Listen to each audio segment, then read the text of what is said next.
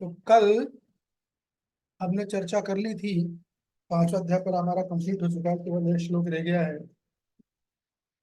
और हमने चर्चा करी थी कि किस प्रकार पहले प्रश्न में जो है, पहले श्लोक में अर्जुन भगवान से पूछते कि प्रभु क्या किया जाए, कर्म योग मेरे लिए श्रेयस्कर है या कर्म संन्यास। तो भगवान बताते हैं श्लोक क्रमांक 2 से लेके 6 तक 7 तक कि किस प्रकार जो है कर्म योग है ना, निष्काम कर्म योग जो है वो ज्ञान योग से बेहतर है।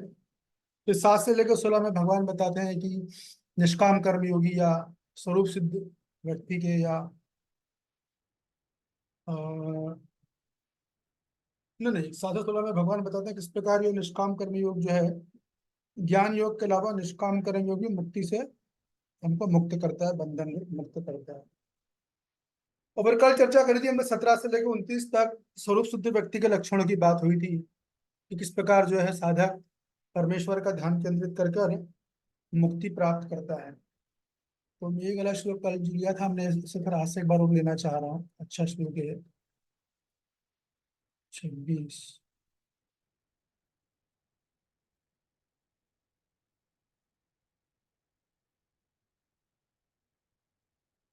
थोड़ी 27 28 श्लोक हमने कल कर लिया। भगवान ने अष्टांग योग के बारे में बोल दिया है। जो बोला वही मैंने बताया था कि भगवान अगले श्लोक में जो अष्टांग योगी बोलने वाले हैं, तो आप जो है अगले अध्याय की भूमिका बना दी है भगवान ने। अब ये आज का श्लोक, श्लोक क्रमांक 29। जैसे हरि प्रभु पढ़ोगे आप? यस प्रभु जी। ठीक है। भोक्ताराम यज्ञतपसां सर्वलोकामहेश्वरं सुहृदं सर्वभूतानां ज्ञात्वा मां शान्तिं रक्षति। पढ़िए।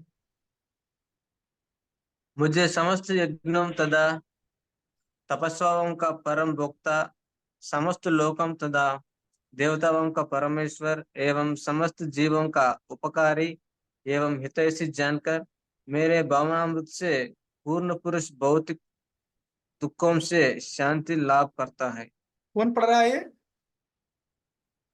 मैं श्री हरि प्रभु। शेर को पढ़ रहा है? अच्छा ठीक है, चलिए पढ़िए। मैंने मथुरेश्वर प्रभु को बोला था। एनीवे पढ़िए, कोई बात नहीं। तात्पर्य पढ़िए, थोड़ा धीरे पढ़िएगा है। हाँ प्रभु। माया से वशीभूत सारे बद्धजीव इस संसार में शांति प्राप्त करने के लिए उत्सुक रहते हैं, किंतु बौद्ध गीता के इस अंश में वर्णित शांति के सूत्र को वे नहीं जानते। शांति का सबसे बड़ा सूत्र यही है कि भगवान कृष्ण समस्त मानवीय कर्मों के भोक्ता है। मनुष्यों को चाहिए कि प्रत्येक वस्तु भगवान की दिव्य सेवा में अर्पित कर दे, क्योंकि वे ही समस्त लोकों तथा उनमें रहने वाले देवताओं के स्वामी हैं। उनसे बड़ा कोई नहीं है। वे बड़े से बड़े देवता शिव तथा ब्रह्मा से भी महान है। वेदों में श्वेताश्वतर उपनिषद भगवान को अमीश्वराणाम परम महेश्वरम कहा गया है। माया के वशीभूत होकर सारे जीव सर्वत्र अपना प्रभुत्व जताना चाहते हैं, लेकिन वास्तविकता तो यह है कि सर्वत्र भगवान की माया का प्रभुत्व है। भगवान श्री कृष्ण, भगवान प्रकृति माया के स्वामी है और बद्धजीव प्रकृति के कठोर अनुशासन के अंतर्गत है। जब तक कोई इन तथ्यों को समझ नहीं लेता, तब तक संसार में व्यष्टि या समष्टि रूप से शांति प्राप्त कर पाना संभव नहीं है। कृष्ण भावनामृत का यही अर्थ है। भगवान कृष्ण परमेश्वर है तथा देवताओं सहित सारे जीव उनके आश्रित है। पूर्ण कृष्ण भावनामृत में रहकर ही पूर्ण शांति प्राप्त की जा सकती है।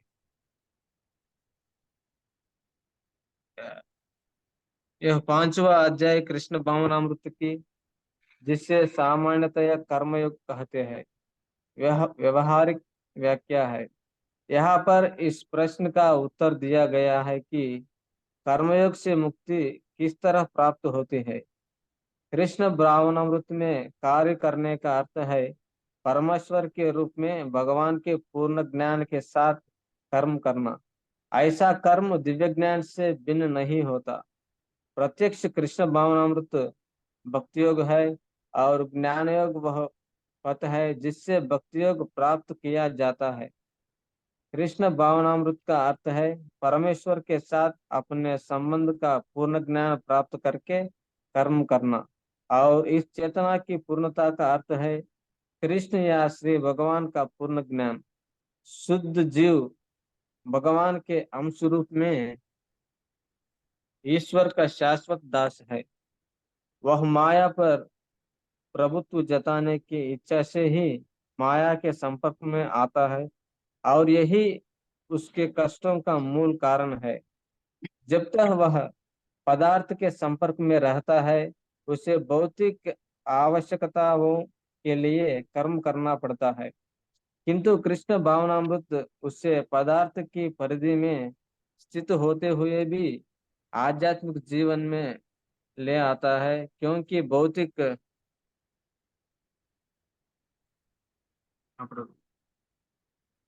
भौतिक जगत जगत में में भक्ति का अभ्यास करने पर जीव का दिव्य स्वरूप पुनः प्रकट होता है।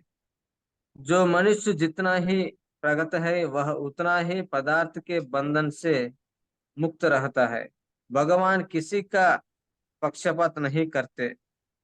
यह तो कृष्ण भावनामृत के लिए व्यक्तिगत व्यवहारिक कर्तव्य पालन पर निर्भर करता है, जिससे मनुष्य इंद्रियों पर नियंत्रण प्राप्त करके इच्छा तथा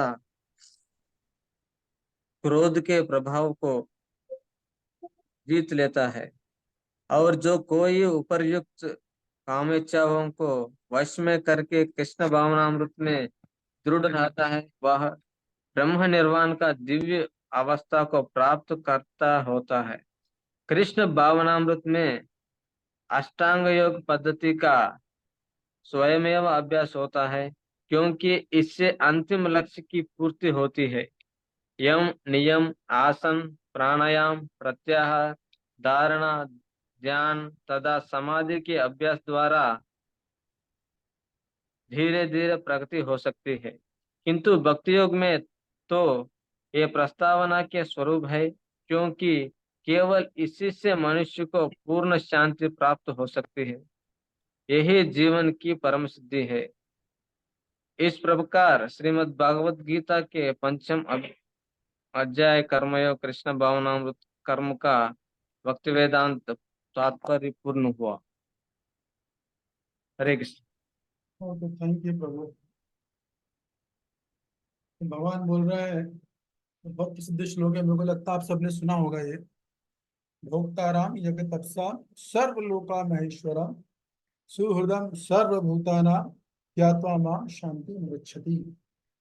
तो ये जो श्लोक है, इसको प्रभुपाद जी जो है वो बताते हैं शांति का सूत्र, शांति का फार्मूला। यदि कोई व्यक्ति इस जगत में शांति प्राप्त करना चाहता है तो ये सूत्र को उसको अपने जीवन में उतारना होगा, अच्छे से समझना होगा। तो इस सूत्र में तीन चीजें हैं। पहला क्या है? पहला है भोक्ताराम यज्ञ तपसा। यदि किसी को शांति प्राप्त करनी है, जैसा कि हम देखते हैं भौतिक जगत में लोग दिन रात 18-18 20-20 22 घंटे श्रम करते हैं, और अनेक लोग मिलते हैं, हमको मिलते हैं, आप लोगों को भी मिलते होंगे, सर प्रभु जी मन में शांति नहीं है, पैसा तो बहुत कमा लिया है लेकिन शांति नहीं है। क्यों नहीं है? पहले ही पढ़ने फेल हो जाते हैं। भोक्ता राम यज्ञ तपसा। जो व्यक्ति इस बात को जानता है कि भगवान कृष्ण ही समस्त यज्ञों तप जो आप करते हो, यज्ञ या तप या जो भी कर्तव्य आप करते हो, उसका फल जो मिलता है उसका भोग तो भगवान करेंगे, वो आप नहीं करोगे। और निष्काम कर्मयोगी क्या है? निष्काम कर्मयोग अपना फल भगवान को अर्पित करता है, कर्म करता है वो अपने वैदिक कर्म जो उसके हैं वर्ण और आश्रम के अनुसार, लेकिन वो फल भगवान को अर्पित करता है, खुद उसको ग्रहण नहीं करता है। अगर हम खुद उस फल को ग्रहण करेंगे, स्वाभाविक रूप से हमारे मन में अशांति रहेगी। और ये गलती दुनिया वाले कर रहे हैं। वो सोचते हैं हमने मेहनत से मकान बनाया, हमने मेहनत से बंगला बनाया है, हमारा घर है। तो वो फिर क्या होता है, अहम ममेती, अहम ममेती का जो चक्र है, ये जो नाट है, क्या बोलते हैं नाट को हिंदी में, गांठ, उसमें फंस जाता है फिर। क्योंकि वो उन चीजों को अपना स्वामी मान रहा है जो वो है ही नहीं। वास्तव में उसका स्वरूप है जीवेर स्वरूप और नित्य रे कृष्ण दास। तो भगवान के दास हो भैया आप स्वामी नहीं है यहाँ पर। तो अगर आपकी जो स्थिति नहीं है, उस स्थिति के विरुद्ध अगर आप कार्य करोगे, तो स्वाभाविक है कि आप दुखी रहोगे, कष्ट में रहोगे, उसमें कोई संदेह वाली बात ही नहीं है। तो हर व्यक्ति को, अगर हम देखें भी, मान लो आप किसी ऑफिस में भी जाओगे जैसे मैं भी वृंदावन में गया था एक शॉप के अंदर, तो वो अगर मान लीजिए कि कोई चपरासी है किसी ऑफिस में, और वो ऑफिस में बॉस की तरह काम करने लग जाए अचानक से, तो क्या होगा, सारे का सारे उसको पीटेंगे। अरे भैया तुम चपरासी हो, तुम्हारा काम है पानी पिलाना, फाइल उठाना, ये करना, तुम्हारा काम बॉस की तरह बैठ के फिर बाकी जिम्मेदारी भी निभालो, चलो फिर। कभी कभी लोग बोलते हैं और बॉस है और कितनी मोटी तनख्वाह मिलती है, क्या काम करते हैं, 2 घंटे आते हैं, हम 12 घंटे ड्यूटी करते हैं गेट पे खड़े होके। ये बॉस, कलेक्टर ऑफिस में आप जाओगे तो कलेक्टर कितनी देर आता है, 2-4 घंटे आता है बस। वो 2 घंटे आएगा, फाइल लिखेगा, साइन करेगा, निर्देश देगा, चले आएगा। तो फिर बेचारा 12 घंटे ड्यूटी करता है। फिर बोल सकता है ये तो बात, अब मैं 12 घंटे ड्यूटी करता हूँ, मुझे 10,000 रुपये तनख्वाह मिलती है, कलेक्टर साहब 2 घंटे आते हैं तो उनको 50,000 रुपये तनख्वाह मिलती है। तो भैया दोनों की जिम्मेदारी में बहुत अंतर है, दोनों के दिमाग में बहुत अंतर है। कलेक्टर आपको दिख रहा है 2 घंटे काम कर रहा है, मगर उसका 2 घंटे का काम आपके 12 घंटे काम से कहीं ज्यादा भारी है। मंदिरों में कभी कभी ऐसा होता है, कोई भागते हैं, वो जिम्मेदारी के पद पे है, तो कोई भाई क्या सेवा कर रहे हैं, हम 8 घंटे सेवा कर रहे हैं तो प्रभु जी 2 घंटे सेवा कर रहे हैं। तो जिम्मेदारी का पहाड़ रहता है। जब कल को कुछ अगर होता है तो जवाबदार हम नहीं बनेंगे, वही बनने वाले हैं, जवाब उनको ही देना है। तो कहने का भाव ये है कि अगर चपरासी ये सोच लेके चलो भैया मैं ही मालिक हूँ, तो वो कष्ट तकलीफ में आ जाएगा। उसी प्रकार जीवात्मा जो है वो स्वभाव से ही, जैसा प्रभु जी तात्पर्य में बोल रहे हैं, दास है हम लोग, स्वामी नहीं है। तो जब स्वामी नहीं है, हम तो फल का भोग भी भगवान ही करेंगे, हम थोड़ी ना करेंगे। तो जो उस व्यक्ति को पहले समझता है भोक्ताराम यज्ञ तपसा, जो भी मैं क्रियाएं करूंगा, जो भी यज्ञ, भक्त लोग तो संकीर्तन यज्ञ करते हैं, हम लोग तो वैदिक यज्ञ करते नहीं है। वैदिक यज्ञ तो, वैदिक यज्ञ में बहुत सारी चीजें होती हैं, 5 प्रकार के यज्ञ होते हैं। गृहस्थों को तो पूरे 5 प्रकार के यज्ञ करने पड़ते हैं। वैदिक वैदिक संस्कृति अगर आप देखोगे तो सबसे ज्यादा यज्ञ गृहस्थों को ही करना है, और बल्कि सभी को करना पड़ता है। उसमें अग्निहोत्र के यज्ञ वो तो सबको करना रहता है, ब्राह्मण भी करेगा, गृहस्थ भी करेगा, क्षत्रिय भी करेगा, सब करते हैं। लेकिन हम लोग तो संकीर्तन यज्ञ कर रहे हैं, तो हमको वैदिक यज्ञ करने की आवश्यकता नहीं है, वो आएगा अगले अध्याय में, पहले अध्याय में शायद पहले श्लोक में ये बात आने वाली है। इसलिए भगवान ये बोल रहे हैं भोक्ता राम यज्ञ तपसा। तो जो भी करता हुआ कर रहा है, जो भी यज्ञ कर रहे हैं हम, जो भी तप कर रहे हैं, जो व्रत करते हैं, हम उसका फल भगवान को अर्पित करना चाहिए। जैसे हम लोग तपस्या करते हैं, एकादशी व्रत करते हैं, इसके लिए कर रहे हैं, उसका फल भगवान को जाना चाहिए। नहीं जाएंगे तो दुखी रहेंगे। तो पहला सिद्धांत है भोक्ता राम योगी तपस्या, भगवान खुद ही बोल दिए है, सब फलों का भोक्ता मैं हूँ। दूसरा क्या है, सर्वलोका महेश्वरम, इस ब्रह्मांड में जितने भी लोग आप देख रहे हो ना, आपका धरती लोक की बात नहीं हो रही है यहाँ पे। ये ट्रिपल स्टोरी बिल्डिंग जो है, जो 14 भुवन है, इन सब की मालिक भगवान श्री कृष्ण है। और उसमें जो कुछ भी है ब्रह्मांड के अंदर, जितना भी सोना चांदी और अमूल्य जवाहरात हैं, वो सब भगवान श्री कृष्ण के हैं, किसी और के नहीं है। भौतिक जगत में भी हम देखते हैं, लोग बड़े बड़े मकान बनाते हैं, कोठियां बनाते हैं, लेकिन आप गौर से देखोगे तो एक्चुअली केवल टाइटल बदलता है। ये कल आज वर्मा जी का था, वो शर्मा जी का हो गया, फिर तिवारी जी का हो जाएगा। टाइटल बदलते हैं, मगर एक्चुअल स्वामी तो भगवान ही है। तो सर्वलोका महेश्वरम, सब चीजों का जो स्वामी है वो भगवान है केवल। तो भक्त जो होता है, ये हिलता क्यों है बार, भक्त जो होता है उसकी चेतना हमेशा यही रहती है कि मेरे पास जो कुछ भी है वो मेरा नहीं है।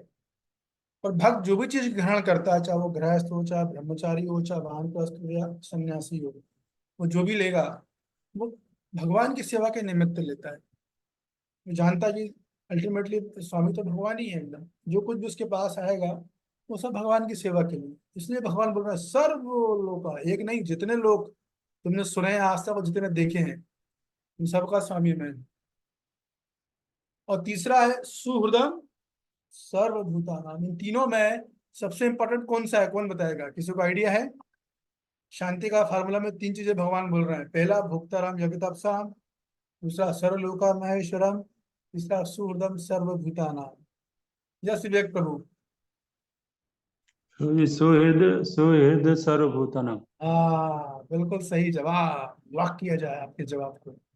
ये सबसे महत्वपूर्ण है कि भगवान जो है केवल ये नहीं कि मेरे हितैषी है, ऐसा नहीं सोचना चाहिए कभी कि भगवान केवल मेरे हितैषी। सुहृदम सर्वभूतानाम, जितने भी जीव हैं भगवान सबके हितकारी हैं, सबके हितैषी हैं। तो उस दुनिया में वो लोग जो मेरी शत्रु की लिस्ट में है या जिनको मैं पसंद नहीं करता हूँ, भगवान उनके भी हितकारी है। तो हमको या एक भक्त को इस चीजों का अच्छी तरह ज्ञान होना चाहिए कि भगवान जो जो साधक है तीन चीजें समझता है, सुहृदम सर्वभूताराम भोक्ताराम जगताश्याम सर्वलोका महेश्वरम, निश्चित है वो शांति प्राप्त करेगा, उसका चित्त शांत रहेगा। फिर वो अपने जीवन में जो कुछ चल रहा है उसको वो स्पष्ट रूप से देख पाएगा। कभी कभी बाहर के लोग बोलते हैं पता नहीं मेरे जीवन में क्या चल रहा है, कुछ समझ में नहीं आ रहा है। तो भक्त को समझ में आता है क्या चल रहा है मेरे जीवन में, क्योंकि भगवत गीता है, मुझे समझ में आती है गीता में भगवान क्या बोल रहे हैं, उसको सारा प्रकाश आसानी से मिल जाता है। आध्यात्मिक जीवन में कभी हमारे उथल पुथल होती है, तो अगर हमारे पास भगवत गीता का ज्ञान अच्छा है तो हम विचलित नहीं होते बहुत ज्यादा। समझ में आता है कि नहीं इसके पीछे भगवान की ही इच्छा है, बाकी सर्वोत्तम केवल निमित्त बन रहे हैं, भगवान की इच्छा से ही सब हो रहा है और भगवान मेरे हितैषी है। चलिए ये बात बड़ा इसका साक्षात्कार चाहिए असल में कि भगवान मेरे भी हितैषी है और सबके हितैषी है, सबके शुभ चिंतक। ये मान लो अगर आप भौतिक जगत में जाओगे तो कोई व्यक्ति हो, वो बहुत धनवान हो, बहुत धन उसके पास, लेकिन अगर वो दयालु नहीं है, हितकारी नहीं है, फिर आप पे किस काम का है वो? आप पे किसी काम का नहीं है। आप उसे अप्रोच ही नहीं करोगे, पता है तो किसी का भला करने वाला ही नहीं है। तो जो इसके पास जो धन है इसको अपने इंद्रिय भोग के लिए लगाने वाला है, तो किसी काम का नहीं है। दूसरी तरफ कोई बहुत दयालु, बहुत सब जीवों का कल्याण करने वाला हो और बड़ा उसमें सभी जीवों के प्रति करुणा का भाव हो, लेकिन उसके पास धन नहीं है कुछ पावर नहीं है, तो वो किस काम का है? वो भी किसी काम का नहीं है। दयालु है भैया, आप क्या कर सकते हैं, हमें तो मदद नहीं मिलने वाली है। इसलिए भगवान कृष्ण के ऐसे व्यक्ति हैं, कोई ऐसा व्यक्ति मिल जाए जिसके पास बहुत धन भी हो, जिसके पास पावर भी हो, शक्ति भी हो और दयालु भी हो, हाँ ऐसा व्यक्ति हमारे काम का है, वो हमारे लिए कुछ कर सकता है और वो केवल भगवान श्री कृष्ण कर सकते हैं। इसलिए भगवान ने गीता में डंके की चोट पर बोल दिया, भोक्ता राम यज्ञतपसाम सर्वलोका महेश्वर। तो तीन चीजें जो जान लेगा तो वो ही जो है उसका चित्त शांत हो जाएगा। ठीक है, यदि कोई इन चीजों को नहीं जानता, तीनों में से अगर एक भी छूट गया तो उसके जीवन में अशांति रहेगी ही रहेगी। क्योंकि फिर क्या होगा, अगर वो ये जब वो तीन चीजें जानता है तो उसका मतलब क्या है, इसका सीधा मतलब है कि भगवान स्वामी है और मैं उनका दास हूँ। एक्चुअली मैं उनका दास भी नहीं हूँ, सही बात तो है कि मैं उनके दासों के दासों का दास हूँ।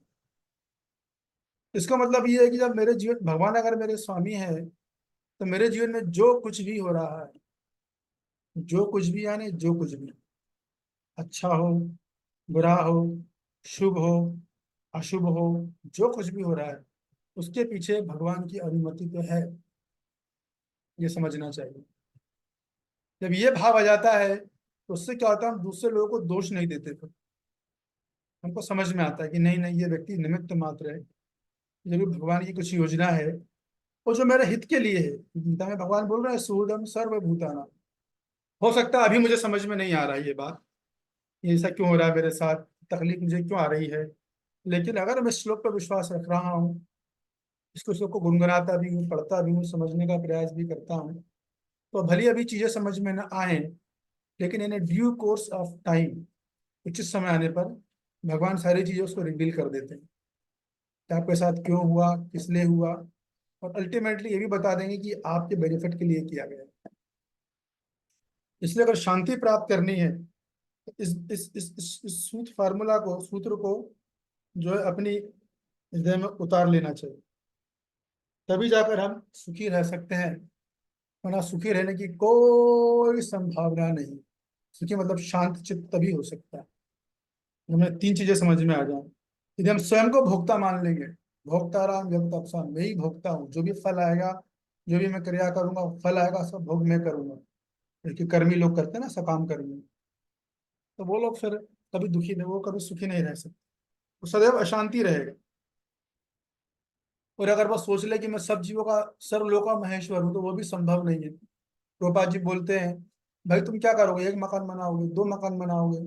अभी एशिया में अगर देखा जाए तो सबसे बड़ा धनी आदमी भारत की तरफ से कौन है? वो, धनाढ्य व्यक्ति, उसका परिवार है ना, क्या नाम है उसका, अंबानी परिवार। तो अब उसका कितना धन होगा? 15,000 करोड़ की संपत्ति का मालिक है बस। भगवान तो पूरी धरती तो छोड़ दीजिए, पूरे लोक हैं, अकेले स्वामी हैं। और दयालु इतने हैं कि अगर योग पात्र तो देने में ही पीछे नहीं हटते। आज की दुनिया के लोग थोड़ा भी धन कमा लेते हैं तो उन्हें दरवाजे पे बोर्ड लगा देते हैं, कुत्ते से सावधान। तो बेचारा जरूरत व्यक्ति तो आ ही नहीं सकता वहां पर। लेकिन भगवान के पास इतना सब कुछ है, फिर भी बहुत सूझ सर्वभूतानां, जिसके लिए जो श्रेयस्कर है भगवान उसको देते भी हैं। यदि भगवान को लगता है कि ये चीज देने से भक्त भक्ति में आगे बढ़ेगा, उसको देते हैं। और भगवान को लगता है कि ये भक्त, इसके बाधा आएगी इसके जीवन में, उसे छीन लेते हैं या नहीं देते हैं। तो दोनों पे कृपा है। जैसे कि श्रीमद् भागवतम में एग्जाम्पल है एकदम विपरीत, कॉन्ट्रडिक्शन। एक भक्त को भगवान ने बहुत कुछ दिया और एक भक्त से सब कुछ छीन लिया। कौन बताएगा वो उदाहरण?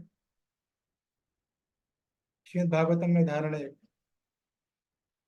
एक भक्त को भगवान ने, यस कल्याण प्रभु बताइए, बलि महाराज। क्या किया उनके साथ? उन्हें दिया या छीना? छीन के फिर सब कुछ दे दिया, मतलब पूरा रसा सुतल लोक का पूरा दे दिया राज। है। सुतल लोक का पूरा राज दे दिया हाँ। पहले। और वो इतना ही नहीं, वो अगले इंद्र कौन बनने वाले हैं? बलि महाराज ही बनने वाले। हाँ, अगला नंबर उन्हीं का ही है। और किसको, चलो अभी हम अगर छीनने में माने तो बलि महाराज से छीना, अब ये मान लो कि चलो शुरू फर्स्ट स्टेज देखो। और किसको दिया? जो वो दरिद्र थे एकदम, खाने को दाना नहीं, पहनने को कपड़ा नहीं है, कपड़े में 4 छेद हैं।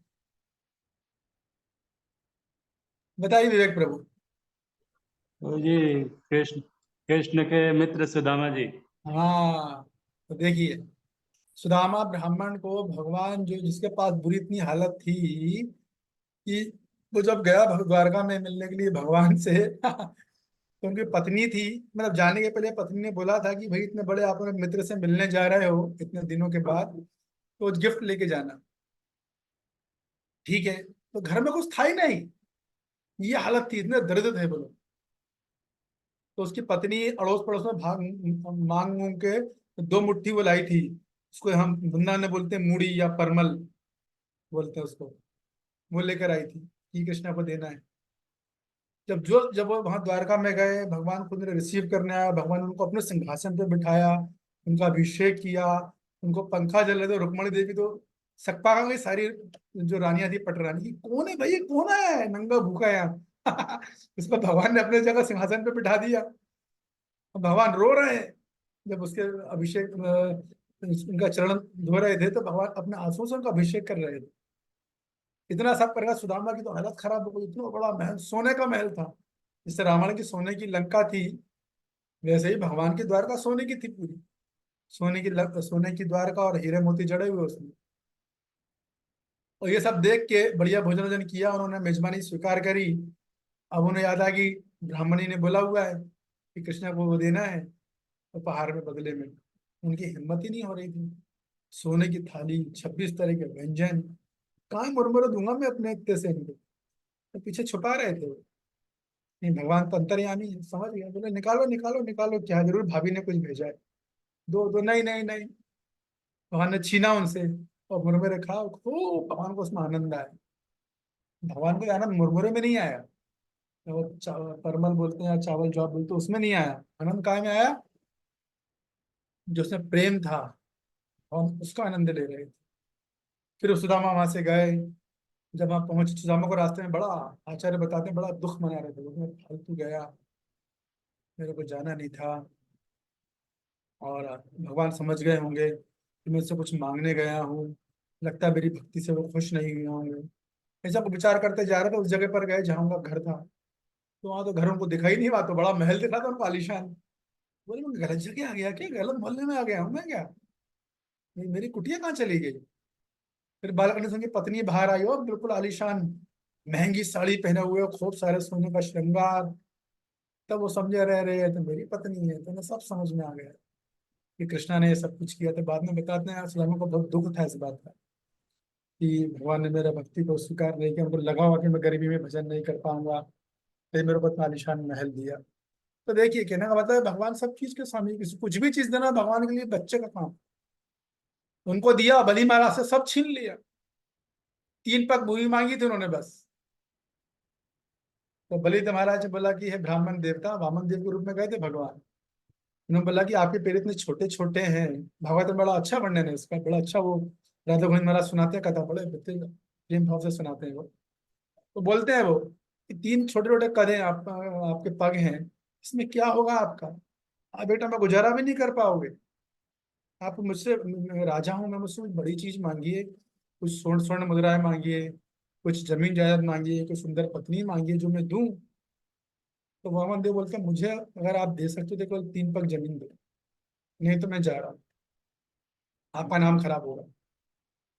तो बलि महाराज को साइड में लेके आते हैं वामन देव को, बोलते हैं देखो हे ब्राह्मण देवता, आप अपने मेरी इज्जत तो रखो, मैं पूरे स्वर्ग का राजा हूँ, कम से कम मेरे लिए मेरे हिसाब से तो मांगो। तब वामन देव बहुत महत्वपूर्ण स्टेटमेंट देते हैं, आप लोग ध्यान से सुनिए। बहुत अच्छी बात बोलते हैं, सीखने लायक है।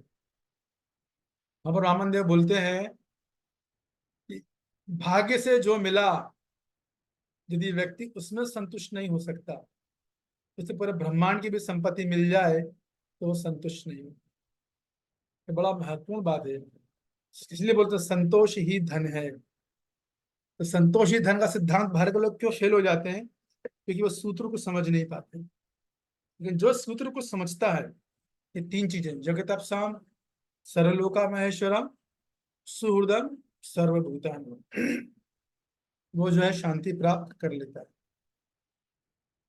ये इस अध्याय का आखिरी श्लोक था। अभी तक आप लोगों को कुछ पूछना है तो पूछ सकते हो, आप लोग कुछ प्रश्न है पिछले अध्याय से, अभी तक हमने चर्चा किया है, कल के सत्र में भी चर्चा हुई काफी, कुछ प्रश्न तो पूछ सकते हैं। प्रभुपाद जी तात्पर्य में बोलते हैं, 5वां अध्याय कृष्ण भावनामृत की, जिसे सामान्यतः कर्म योग कहते हैं, व्यवहारिक व्याख्या है। तो देखिए मैंने बार बार बोला, आपको आगे भी आएगा कि एक्चुअली में वास्तव में भगवान जो है वो निष्काम कर्म योग बोल रहे हैं, तो प्रभुपाद जी ने उसको कर्म योग कर दिया है ना, कृष्ण भावनामृत में कर्म कर दिया। तो निष्काम कर्मयोग में भी व्यक्ति की मुक्ति हो जाती है, मतलब कर्म बंधन से मुक्त हो जाता है, और भक्ति योग में तो हो गई हो।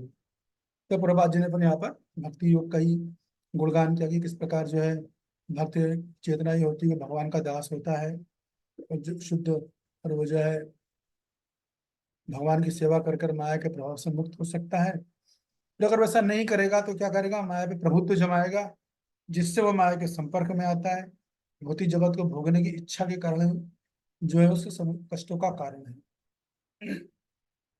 तो अच्छा, इस बंधन से अगर मुक्त होना है तो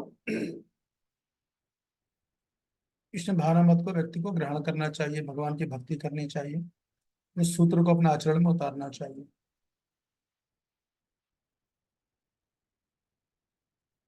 यस, किसी का कुछ प्रश्न, कुछ कहना तो बताइए। अध्याय समाप्त हो गया यहाँ पे। यस विवेक प्रभु बोलिए। तो जी ये कौन सा केस में बोला जाता है, जैसे भक्ति कोई मतलब भक्त करते हैं तो महाराज मतलब अपने किसी लेक्चर में बोलते हैं कि कोई कोई भक्त मतलब अच्छे से भक्ति नहीं करता है तो उसको मतलब 100 जन्म कई जन्म लेना पड़ता है, तो ये कौन से केस में बोला है, किस कंडीशन? क्या बोल रहे हैं अभी, कोई भक्त अगर अच्छे से भक्ति नहीं करता है तो?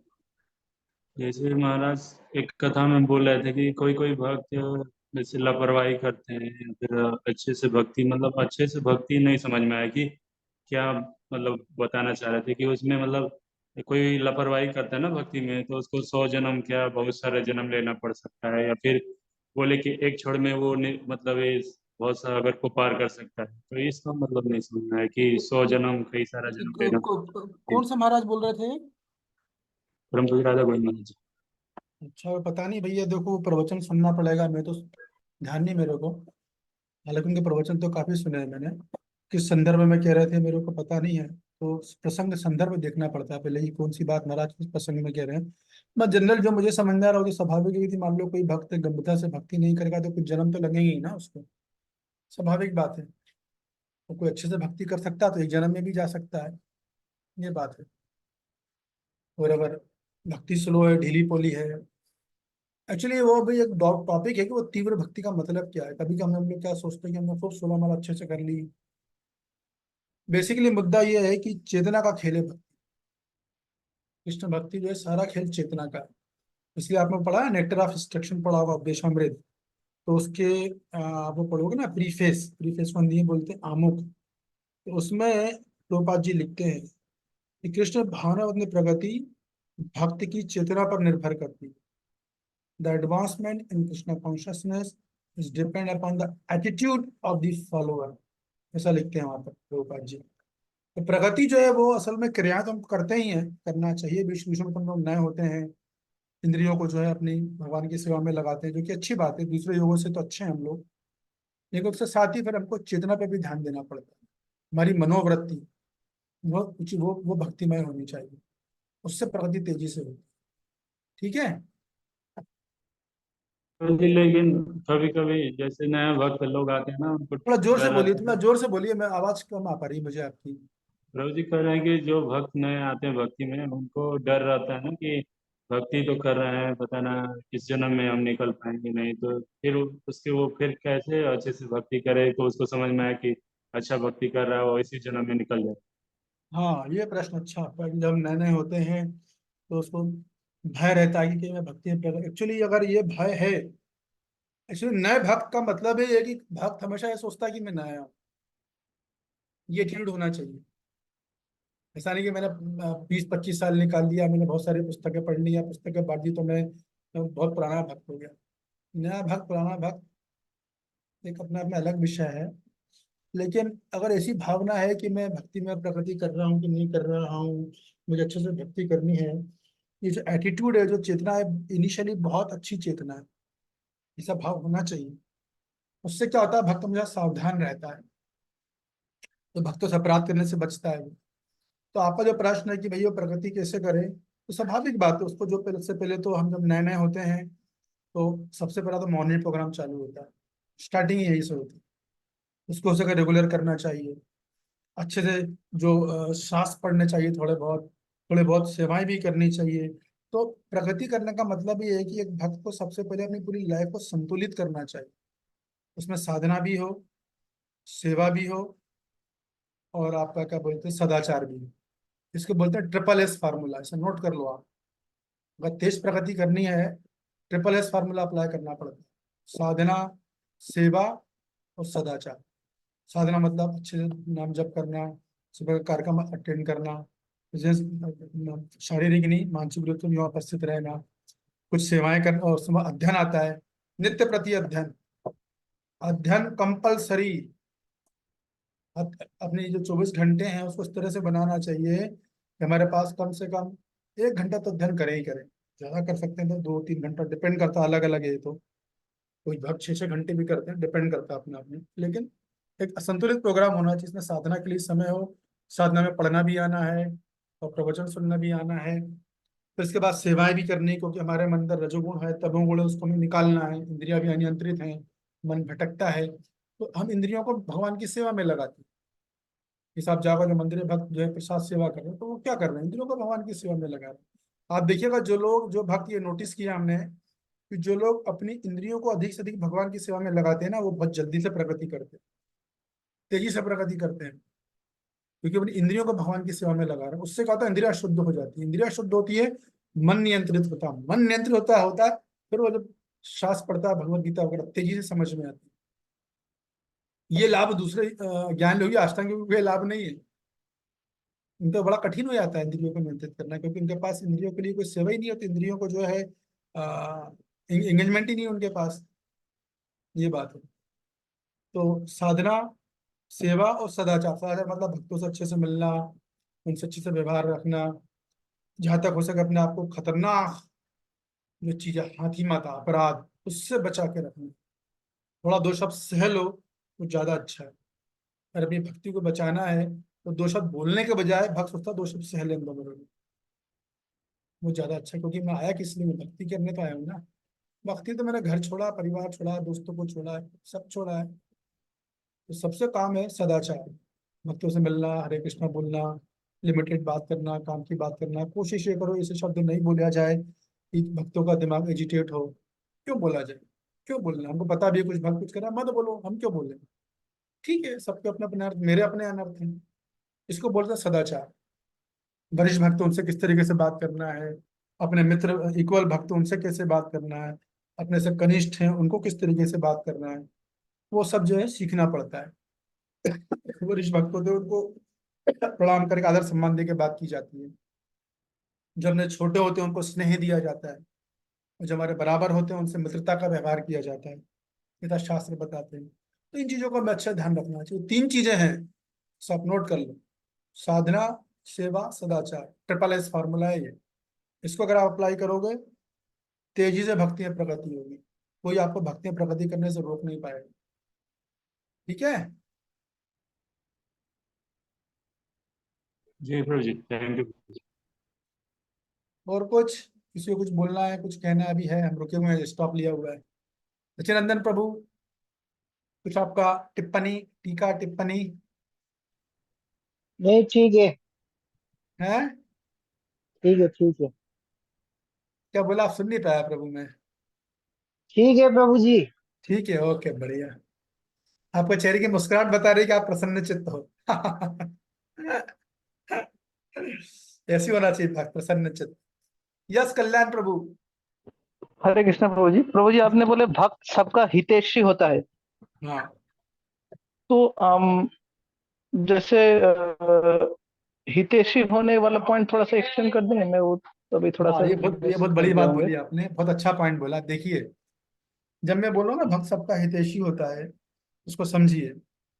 इसका मतलब ये नहीं है कि वो सबका हित करने चल दिया, क्योंकि वो संभव नहीं है। इस दुनिया में कभी कभी ऐसे ही लोग होते हैं या ऐसे भक्त भी होते हैं, सोचते हैं मैं सबकी सेवा करूं, सबको खुश कर दूं। इम्पॉसिबल है, असंभव है।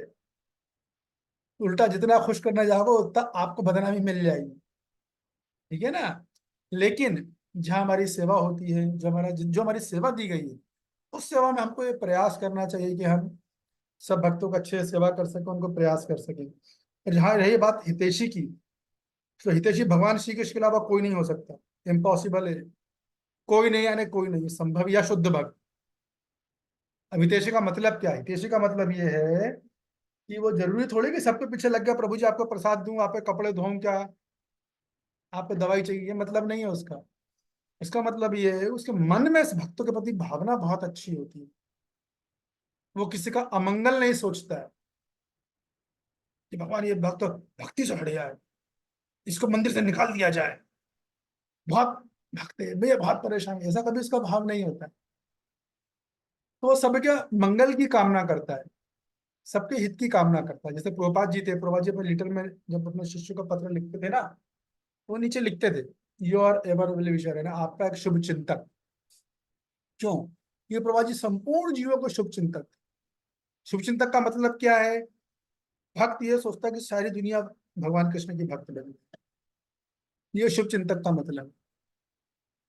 क्योंकि अगर सारी दुनिया भक्त बन गई तो इस दुनिया में कष्ट खत्म हो गए, फिर है ही क्या। तो शुभ चिंतक का मतलब ये है कि सभी भक्तों को जो छोड़िए, अभक्त हैं उनके लिए भी ऐसा नहीं कह रहे अभक्त लोग हैं, लोग मांस खाते हैं, छी, ये नष्ट हो जाए, मर जाए, ऐसी भावना नहीं रखता है।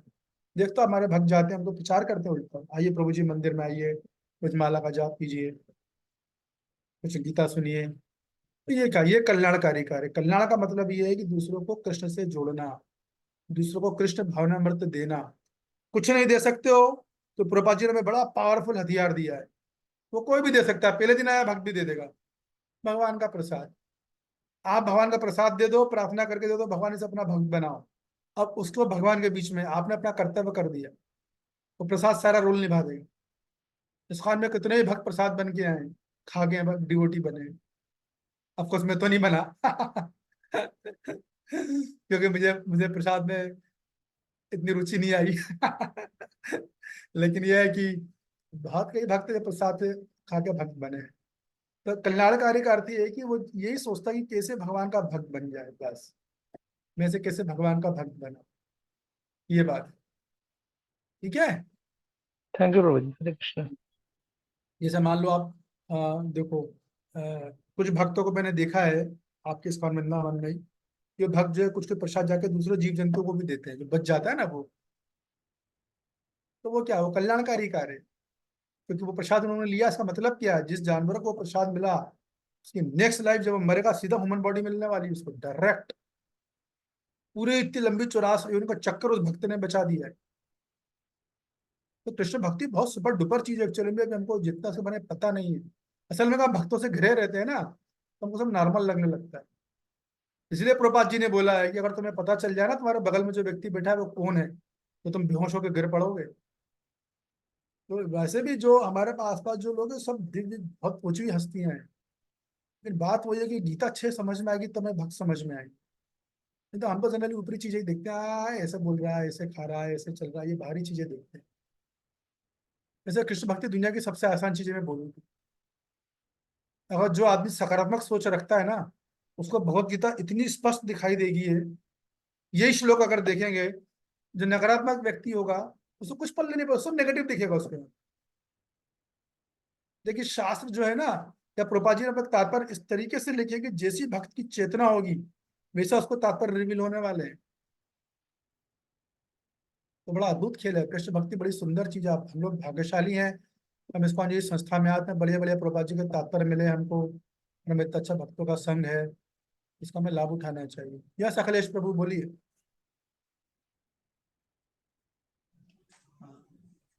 हरे कृष्ण गुरु जी, ये श्लोक का 22 नंबर जो श्लोक है, इसी से मेरा क्वेश्चन है।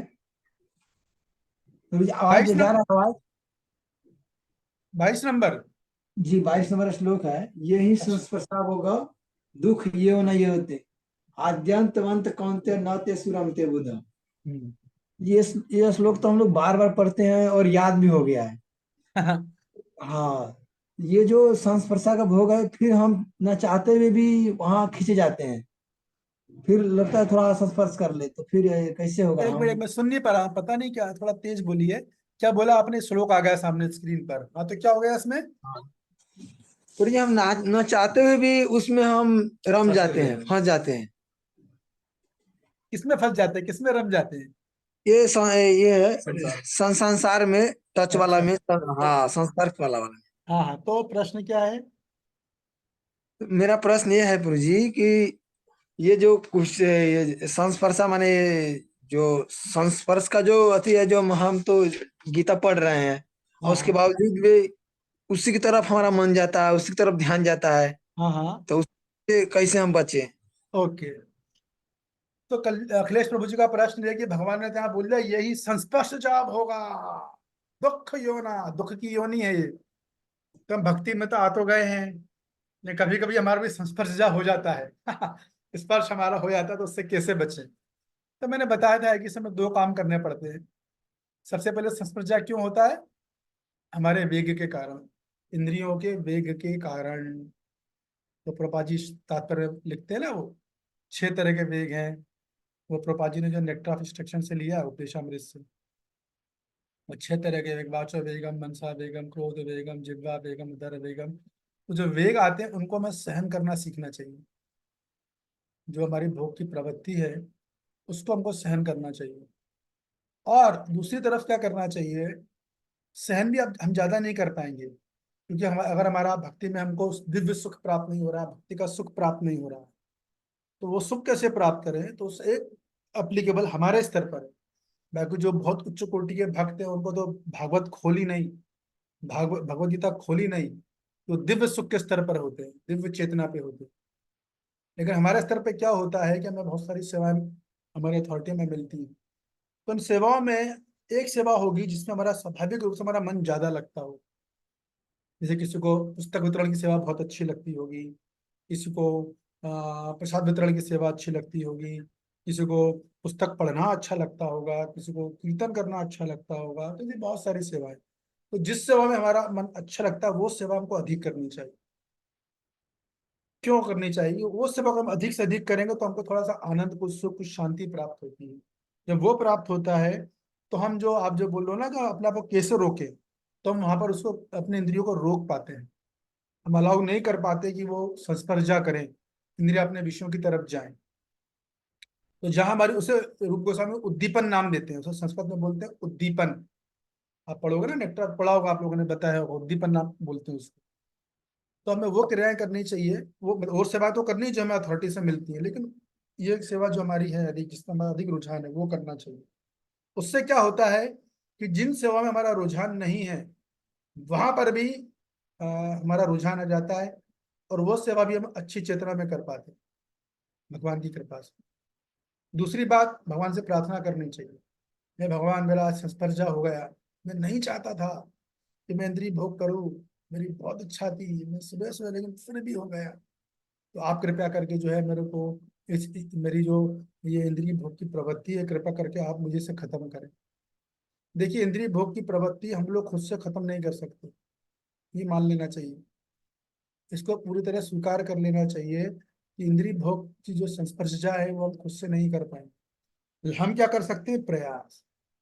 प्रयास करेंगे फिर गिरेंगे, फिर प्रयास करेंगे फिर गिरेंगे, फिर प्रयास करेंगे फिर गिरेंगे। तो 1 करोड़ बार हम प्रयास करेंगे, 1 करोड़ बार हम गिरेंगे, और हम फिर खड़े होंगे। ये जो एटीट्यूड है, ये भगवान को प्रसन्न हो जाता है। हम लोग इतना है, इतना खतरनाक बैकग्राउंड से आया, फिर भी मेरे का याद करता, दुख मनाता। जब भी हम इंद्रिय भोग करते तो दुख मनाना चाहिए। जैसे आप वो पढ़ोगे ना उद्धव गीता, उसमें भगवान ने उत्तर दिया बहुत अच्छा, कि यदि कोई इंद्रिय भोग कर लेता है तो 2 काम करना चाहिए। सबसे पहले उसे उस जो इंद्रिय भोग किया उसकी निंदा करनी चाहिए, छी छी छी छी, कितना गंदा काम है, क्यों किया मैंने, मेरे को नहीं करना चाहिए था। उसकी निंदा करनी, क्रिया की निंदा करनी चाहिए। दूसरा, फिर शोक मनाना चाहिए।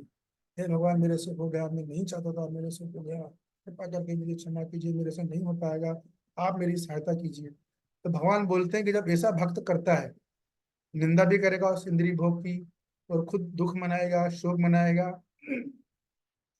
तो हृदय में बैठकर मैं उसकी भोग की प्रवृत्ति को खत्म कर देता हूं। खुद भगवान बोलते हैं। तो हमको जो है प्रार्थना करनी चाहिए। जब भगवान प्रार्थना को देखते हैं तो वो खत्म करते हैं, हमसे नहीं होगा। ठीक है, लेकिन ये ध्यान रखिए, 1 लाख बार भी मैं गिरूंगा, मैं फिर से 1 लाख बार खड़ा हूं। 1 करोड़ बार गिरूंगा, मैं फिर से 1 करोड़ बार खड़ा हूँ, लेकिन मैं हिम्मत नहीं हारूंगा, मैं संघर्ष नहीं हारूंगा। संघर्ष मेरा जीवन है, जो मैं आखिरी सांस तक करूंगा। भगवत धाम जानी रहना प्रभु की इच्छा है। तो भगवान जब देखते कि ये व्यक्ति संघर्ष कर रहा है मेरे लिए, फिर देखो आप कितनी तेजी से भगवान इंद्रियां, मन कितनी तेजी से नियंत्रित करते हैं। वो अगले श्लोक में आगे और बताऊंगा आपको। 6वां अध्याय चलेगा ना अभी, पूरा मन का टॉपिक चलने वाला है, तो उसमें मैं और भी डिटेल में बताऊंगा आपको। यस, मधुशेष प्रभु के नाम से हाथ उठाया कौन है? हरे कृष्णा। यस प्रभु जी। बाकी भक्त लोग जब बोलते हैं तो आपको आवाज मतलब उसमें कम क्यों आता है? बाकी मेरे में पता तो नहीं, अच्छा अभी अभी आप सुनाई। बोल रहे हो, आपकी आवाज मेरे को बढ़िया आ रही है, कोई दिक्कत नहीं आ रही। जैसे अभी अखिलेश प्रो प्रश्न किए थे तो आवाज क्लियर था, हमें तो आया अच्छे से, अरे लेकिन हमको नहीं आपके आया, प्रश्न में नहीं आ रहा है। मेरे को अभी मथुरेश हरि आपसे बोल रहे प्रो, हो तो मेरे को आज क्लियर आ रही है। या मथुरेश थोड़ा हरि प्रो से पूछते हाँ हैं। प्रभु जी, वो आवाज क्लियर आ रही है, सत्यम प्रभु जी सही कह रहे हैं। वो हाँ हाँ। डिवाइसेस का फर्क आ रहा है ना, इस कारण से, जैसे फोन वगैरह का, तो वो लेटेंसी आ जाती है उस कारण से। ओ, तो समझा मैं। प्रभु जी को बराबर स्पष्ट आ रहा है। किसी डिवोटी को अगर टाइप नहीं हो पा रहा है तो वो टाइप भी कर दे सकते हैं, है ना। जैसे अभी अखिलेश प्रो ने पूछा था ठीक तो बात। मुझे तो क्लियर आवाज था, लेकिन सत्यम प्रो बोल रहे थे नहीं आ रहा है, तो पता नहीं चला मुझे ऐसे कैसे। जो अखिलेश प्रभु ने पहले दूर से बोला तब नहीं आया, फिर जब वो पास में आया ना अपने सिस्टम के, तब फिर आवाज आ गए थे। ऐसा हुआ था वो।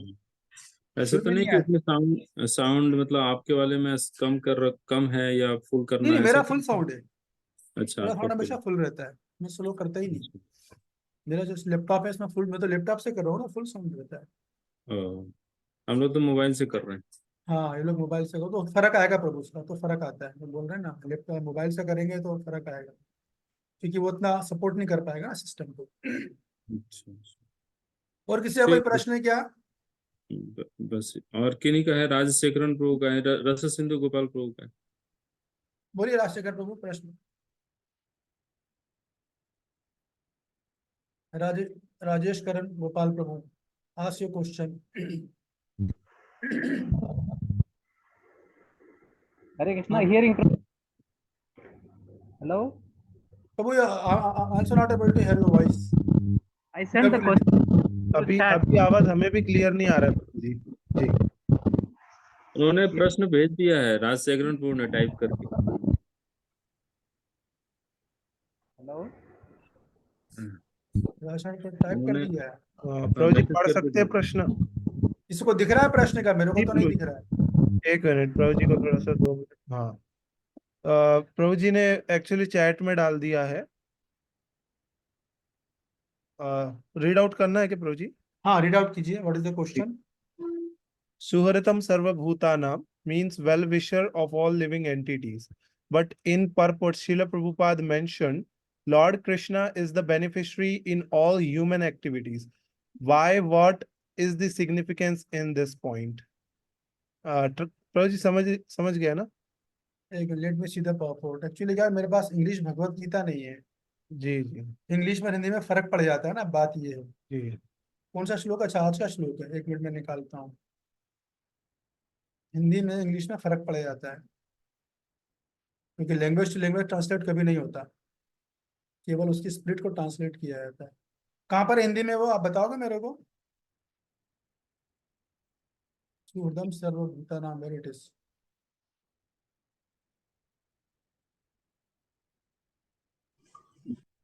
हरे कृष्णा प्रभु। रस second Prabhu ji.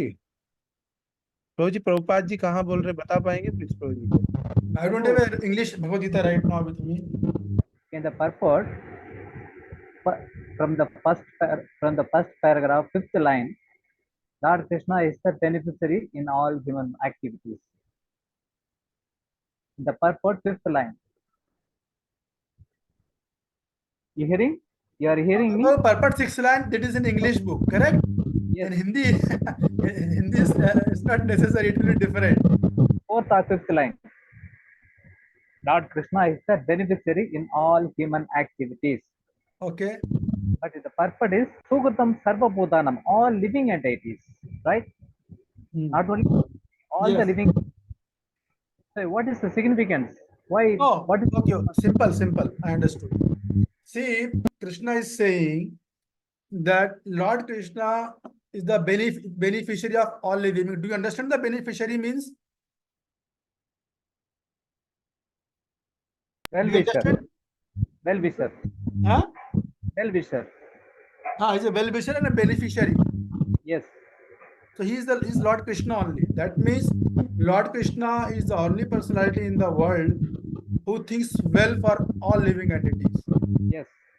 And he is the one who can really do the benefit. Yes. So Prabhupada saying, glorifying, Prabhupada's point is there are so many people in this world, they believe in a socialism, social service. You know? Yes. So Prabhupada want to make a point. See, social work is okay, but the point is first is to worship Lord Shri Krishna and serve him. That is the real service. That is the real benefit. If you serve Lord Krishna, everyone will be happy, because all living entity is a child of Lord Shri Krishna. So first you have to water the root. If you water the root, just like you put a water in the root, all the branches and the flowers and the leaves, everywhere water goes in exact amount. Similarly, if you satisfy Krishna, everyone is satisfied. Jasmine Tushte, रस सिंधु को mute कीजिए। huh?